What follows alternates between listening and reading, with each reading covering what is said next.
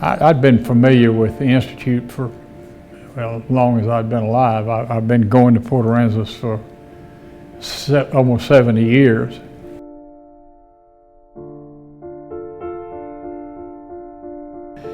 The executive committee and the director, whom I think was still Bob Jones at that time, asked me to be the chairman, which I became and then served for 11 years.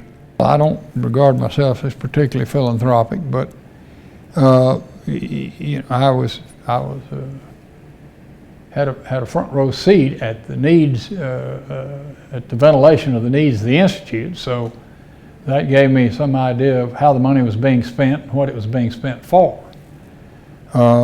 And it was no doubt that it needed it. We still need it. We had a number of successes, and they're not all in the same research that Connie and Arnold and Joan Holt did on the redfish was singular.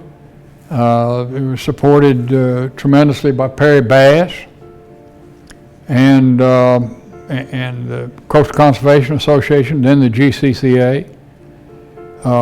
It afforded a good working relationship with Texas Parks and Wildlife. 25 years we actually participated with them in the Fly Bluff hatchery.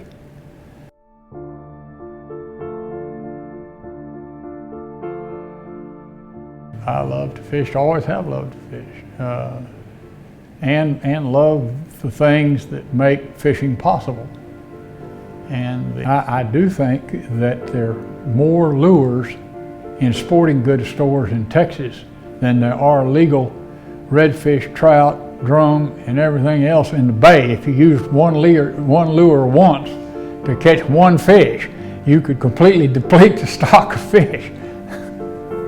The tragedy of the commons that we suffer as we get more partakers of that resource, it inevitably leads to dissipation and depletion of the resource, and that's just the way the system works. But you need to be able to plan sufficiently and either restock sufficiently or reduce take sufficiently that you don't jeopardize your future.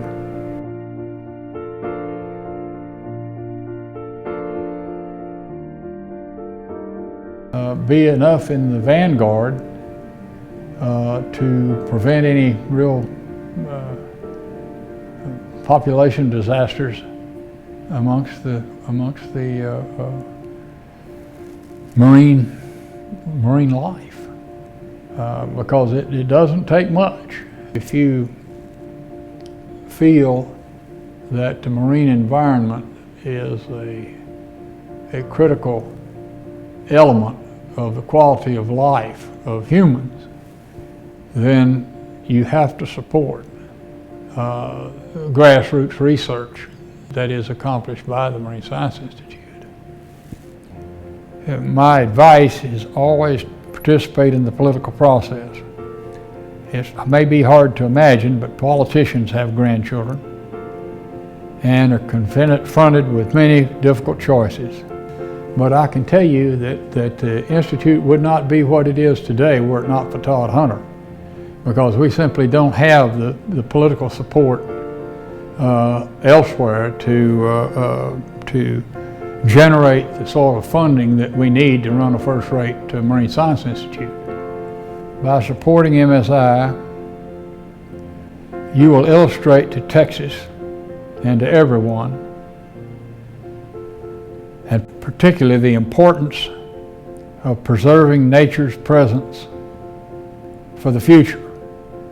Human life is fleeting and ephemeral. Nature shouldn't be. However, the more exotic the human appetite being sated, the greater the pressure on the resource.